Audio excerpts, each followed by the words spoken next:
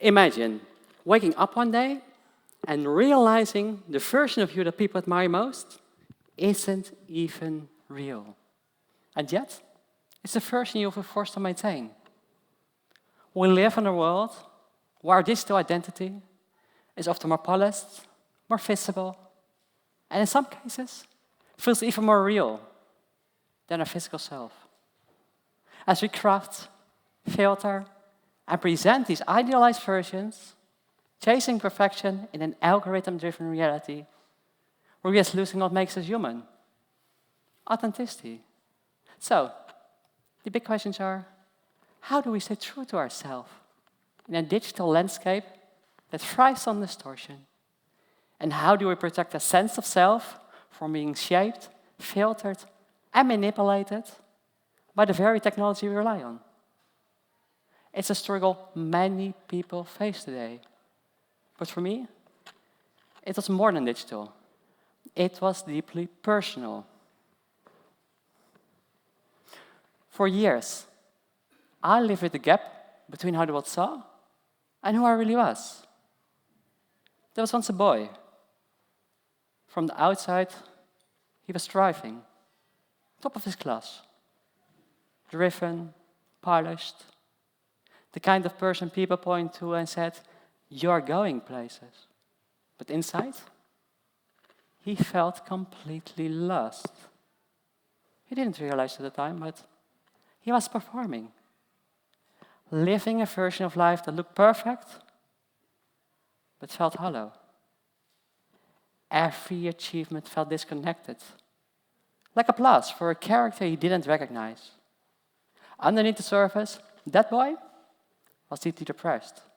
For nearly 10 years, he carried away the coded name, smiling on the outside while barely holding on inside. Eventually, that pain became too much. He became suicidal. Not just in passing thoughts, but with real, quiet plans, exit strategies. He didn't want attention, he wanted out. Because the idea of continuing to live a life that didn't feel like his was unbearable. That boy was me. My journey as a trans woman began with the choice to live, not just survive. To stop performing and start becoming.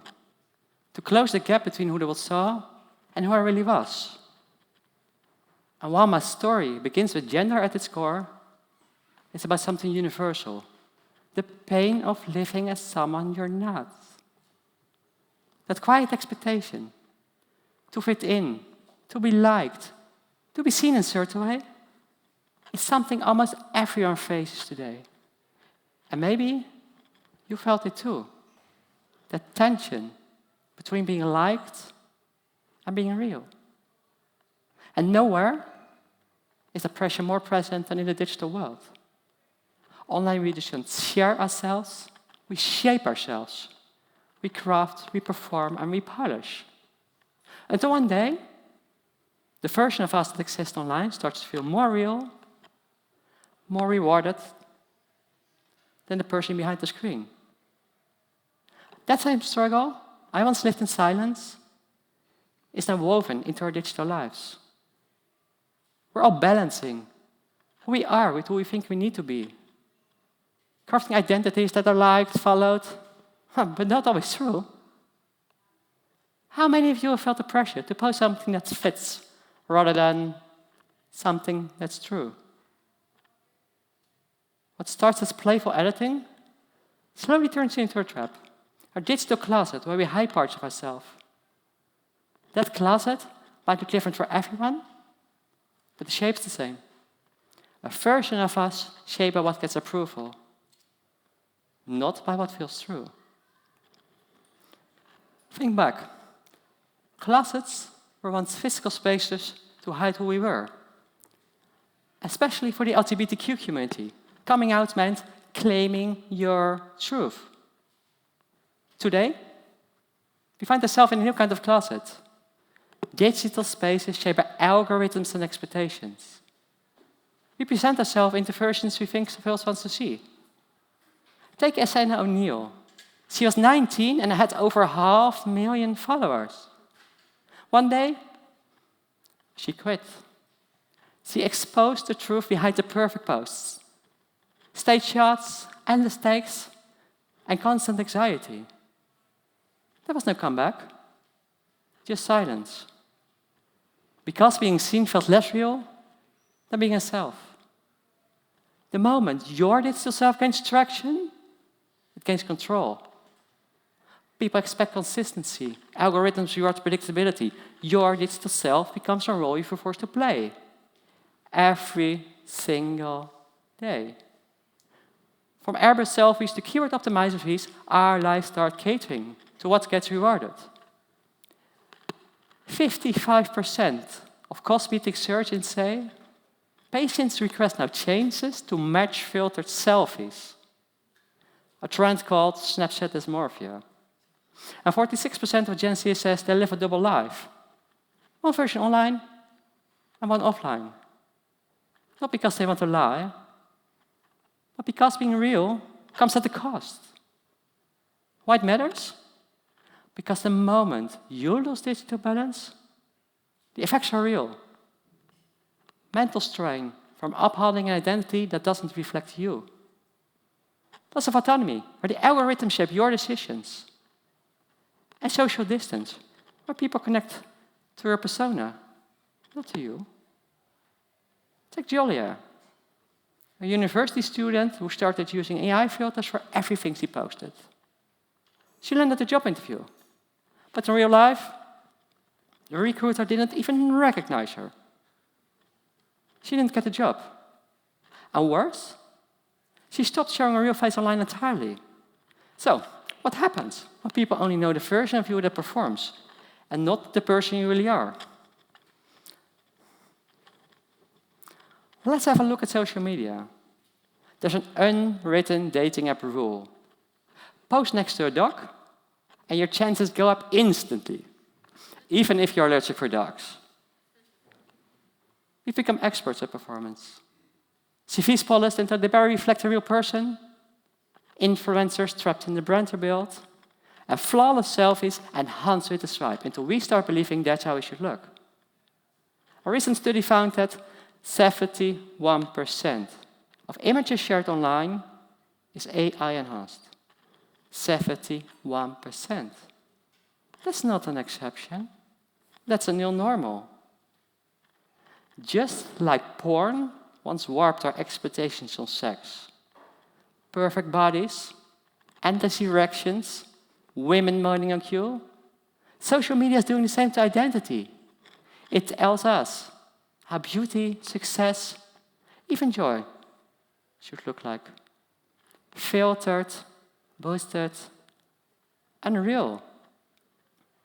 We're not comparing ourselves to other people anymore. We're comparing ourselves to illusions. AI-generated headshots, deepfakes, virtual influencers. We're no longer just editing our appearance. We're outsourcing identity, and it changes how we see others and how we see ourselves. Have you ever compared yourself to someone online and felt like you were falling behind? Even when you weren't? Especially for younger generations, digital identity is overtaking the physical self. Self-worth becomes tied to likes, not lived experience. Algorithms nudge us to share our performance, not what's real. And perfection is rewarded. Authenticity often penalized. When algorithms prioritize perfection, authenticity becomes the first casualty. And it shows that over 50% of teens feel anxious after using social media. Nearly 40% of adults feel lonely online. And even downtime with friends becomes content, not connection. So, how do we come out of the digital class and own our story? Not by rejecting the digital world, but by learning to navigate it on our own terms. Now that we've seen the trap, let's talk about the way out. Just like in IT, where we protect systems from external manipulation, we need to build personal firewalls to safeguard our identity. That's why I want to share a simple method. I call it AIM, for digital balance. A-I-M. It's an easy way to remember 3 essential steps to keep your authentic self at the center of your digital life. A, audit your online identity. Ask yourself, am I shaping my online presence? Or is it shaping me? Look at your last few posts. What parts of you are missing? And choose one simple way to show more of yourself online today. And remember, this isn't about perfection. It's about closing the gap between your shape persona and your true self.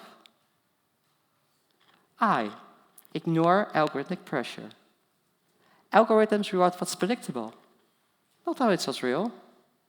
Reflect. Are you expressing yourself or just performing for likes? And try a digital reset. Share something honest, even if it feels scary. When used with intention, technology has the power to amplify authenticity. There are real examples everywhere, such as movements like Free the Nipple, challenging algorithmic censorship.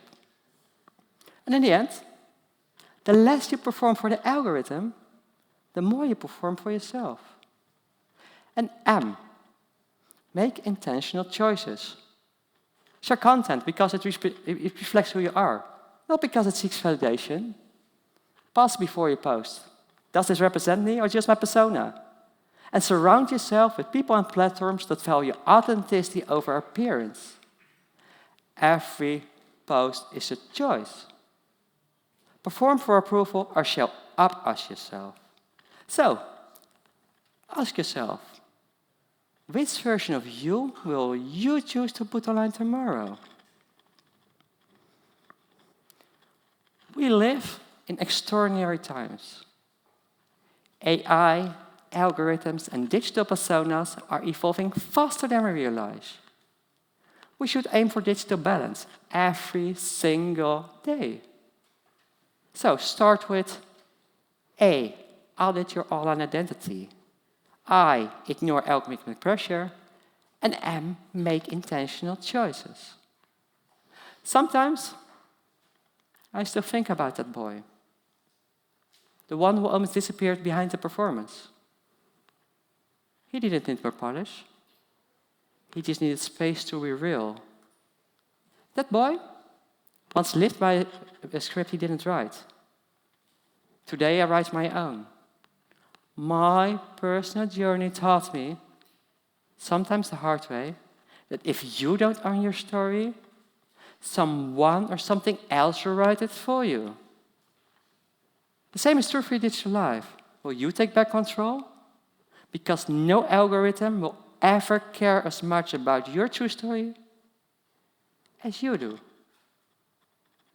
And if you try, if you dare to aim for balance, it won't be easy. It takes courage. But I promise you, the more real you allow yourself to be, the more real your life will feel. Thank you.